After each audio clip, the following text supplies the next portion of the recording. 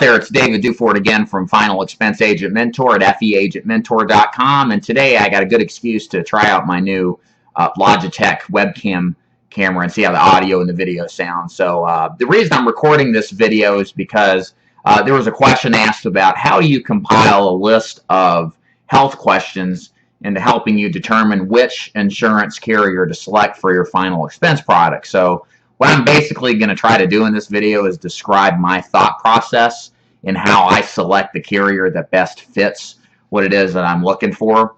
So when I sit down with a prospect and begin to pre-qualify them on their health questions, I always go through a series of questions. It's almost like clockwork at this point.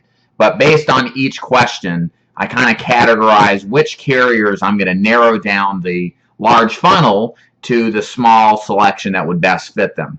So, for example, this is how every single sales call goes when I ask them about their health. I usually start off and ask the major health issues first. The reason I do that is because I need to know exactly, okay, if they've got COPD, that eliminates 80% of the carriers. If they've got a heart problem, it might eliminate half of the carriers. So I start large and I work down small.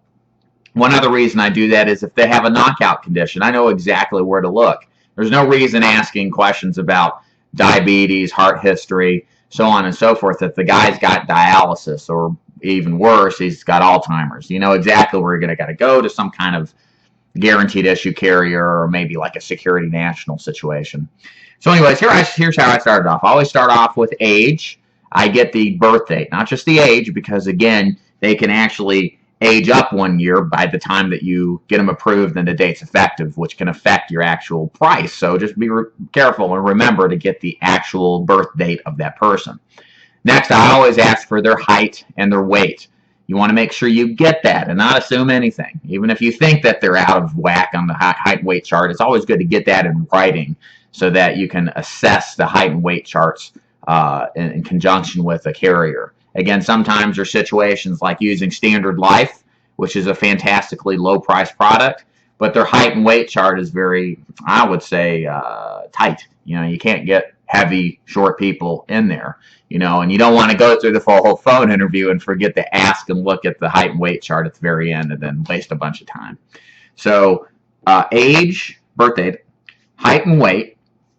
Then the health questions I ask are as follows. And the way that I do them are in such a manner where I start with the big aspect questions and then break them down based on what I know about my carriers that causes certain situations to be, or certain carriers to be selected over others. So, for example, after those two questions I ask, do you have any kind of lung conditions or issues like COPD, emphysema, chronic bronchitis? If they say no, I move on. If they say yes, then I ask them, okay. I ask them, do you take treatment for it of any kind, such as inhalers or oxygen? Again, you can get COPD coverage first day or even graded, but having somebody who takes oxygen daily is going to be impossible.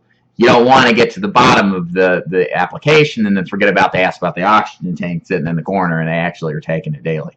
So always clarify. Even if they say no to a specific question, keep going anyway. And that's exemplified in the next question. I always ask shortly thereafter the COPD is, well, do you have any kind of heart problems? And sometimes they'll say no. And you never want to end on just a generic open-ended question like that. You want to get specific. Some people don't connect heart problems with strokes.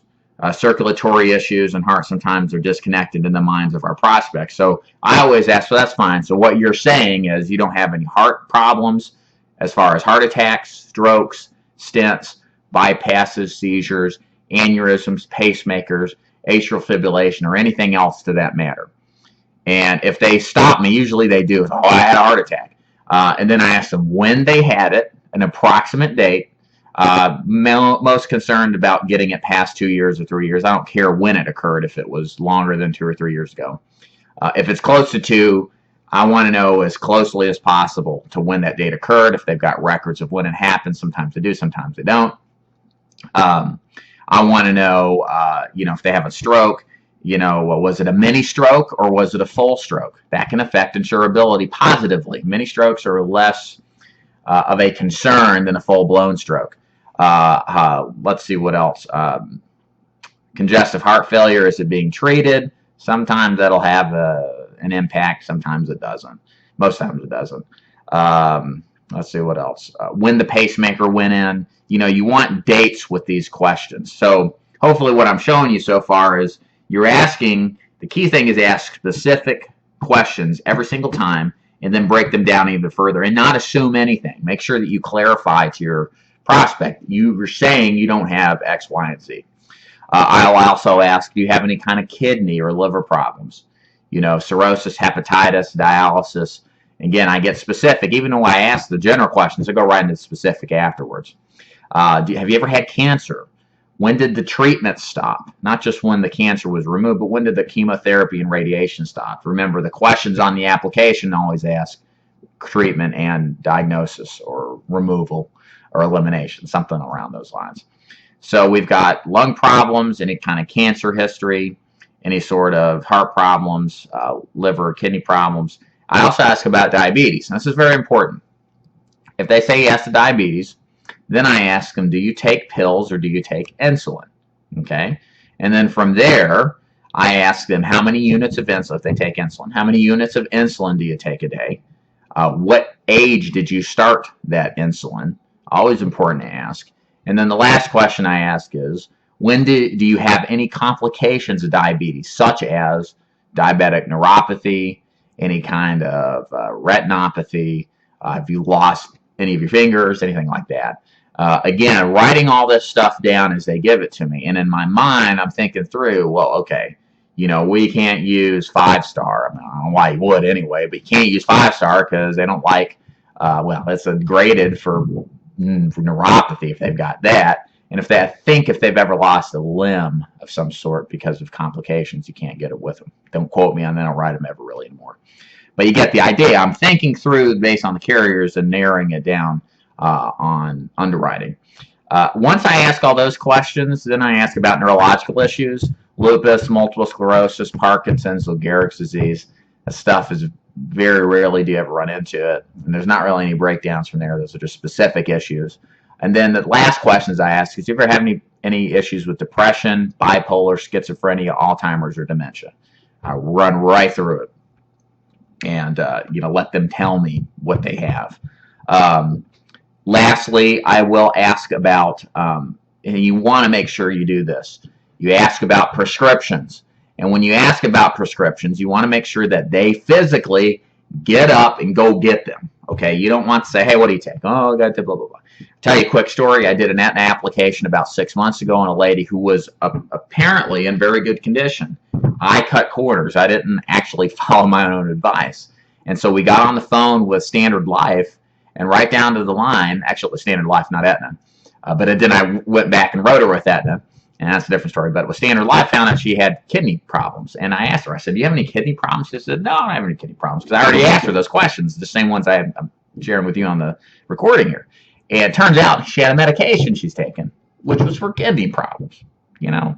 Whether she was lying or she was just dumb, I don't know. But the point is I wasted a hell of a lot of time and trying to write her up with that because I cut corners. So always at the conclusion of asking the health questions, ask the prospect to physically get off their rear and pull their mini pharmacy out for you to see them.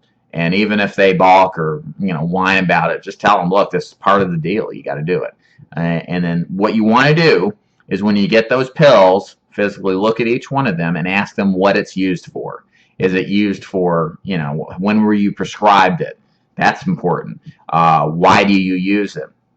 The reason you do that is because, number one, sometimes you have situations where a pill is used for multiple uses. Perfect example of that is Coreg or Carvedilol. Coreg can be used for the usage of, like blood pressure, let's just say, all the way up to congestive heart failure. And carriers do differentiate on those facts. The thing is, you got to make sure that you take the time to differentiate that, just in case you didn't catch it earlier or the prospect didn't clarify. You can ask specific questions based on what those medications are used for. And so write all that down. And then what you do from there, my recommendation is once you've written all the meds down, why they're used, start the process of finding the carriers based on the prescriptions. A lot of carriers share the same underwriting to about 80 to 90% of the same. Then there's a little variables. Hopefully, in your mind, you know where you're going to go. Half the time, you're going to have an idea. It's going to be a decent case, and you're going to put it with your bread and butter. But for the niche cases, COPD case is going to be Transamerica, Surety, Americo. Just off the top of my head there, those are probably the better choices because it's preferred first day full coverage or standard, depending if they smoke or not. So you just want to go that category. But if you got a condition such as get some weird medications in there, you need to make sure, if you're not completely familiar with the underwriting, to check the prescription records first. If you got somebody who's taking Emdur or isosorbide mononitrate, that's not going to fly with a lot of carriers. Royal Neighbors won't take them. I'm pretty sure Family Benefit won't take them. A lot of mainline companies, I think Foresters doesn't either. But however, my experience with Transamerica is that they do, as long as they've taken it past a couple of years. They may be standard rating though, because it's considered an angina treatment medication. I'm not super familiar. I think angina is okay after 2 years, as long as the medication's been taken consistently, or it's been 2 years since it was prescribed. So again, these are all the variables you got to learn. And there's really no way to do this except getting into your underwriting and getting into the carriers and learning how the carriers look at things and how the actual questions are written up. There's a difference between a carrier that says, in the past 2 years, have you been prescribed, treated, or taken medication for COPD, versus have you ever been prescribed, taken, or treated for COPD? There's a 2-year look back, and then there's an eternal look back. And that little nuances like that, you really only find out when you study your applications. And really, quite truthfully, you just get out there and sell. So what I would recommend is, I don't use a spreadsheet. I don't really recommend one. With my agents in the Final Expense Agent Mentorship Program, I give them a cheat sheet. That kind of helps them narrow things down as they're learning the process. But ultimately, the only way to master your final expense carriers is to just simply sell and get out there and present and read the agent guides, read the prescription guides, and really understand and take the time to understand what it is exactly that these final expense carriers do. That's how I learned it. I never had an underwriting person to call. I just got out there and sold, tried to do sales. If they didn't go through, I learned why. But the agent guides are very conclusive in telling you where things are going to fit almost virtually all the time. So that's my perspective on underwriting and kind of doing a cheat sheet. I prefer the method of taking the main questions and asking them in the preliminary pre-qualification stage, and then branching out, making sure, if you go back and listen to this again, to ask those exact questions the way that I did, because that allows you to collect all the data as well as the common things that you miss, and not asking thorough questions. I'll add this one other thing, and this is an example of asking prescriptions, and if you forget, how it'll screw you over. And then I'll end, I promise. So one common med that's hard, that will always bite you in the butt, is nitroglycerin. It's a little thing in tubes people take after they have a heart attack. And the truth is, about 80%, approximately, and anecdotally speaking, never take the first nitroglycerin after the heart attack. They don't need it. But they have to keep it filled every year to keep it fresh if they ever did need it. Some carriers are going to immediately decline you if you've ever filled nitroglycerin, whereas others will say, as long as you're okay and you're taking it, or just prescribed it but not taking it, we'll accept that. And they see that on the prescription schedule where it's filled once a year, and they can make an educated guess that they're not taking it all the time. So you got to ask, you got to specifically ask, in the heart history question, do you take nitroglycerin? I started doing that after I saw commonly that I would always forget to ask nitro, because they forget. And that's why I asked you about the inhalers in the beginning, intentionally, about any lung respiratory issues, because the inhalers, sometimes they don't have COPD, but they're prescribed Spiriva or some heavy inhaler medication, which some companies automatically rate up as a graded plan. I hope you like what I had to say here. I hope this helps you in your pre-qualification stage. If you've got any questions, feel free to leave a comment at the bottom of my YouTube video here. Check my website out for more great final expense free training, free to everybody, no obligation, no opt-ins or anything like that. If you like the video, thumbs it up, subscribe down here, or is it this side? Yeah, I think so. And my name's Dave Duford at Final Expense Agent Mentor. Take care.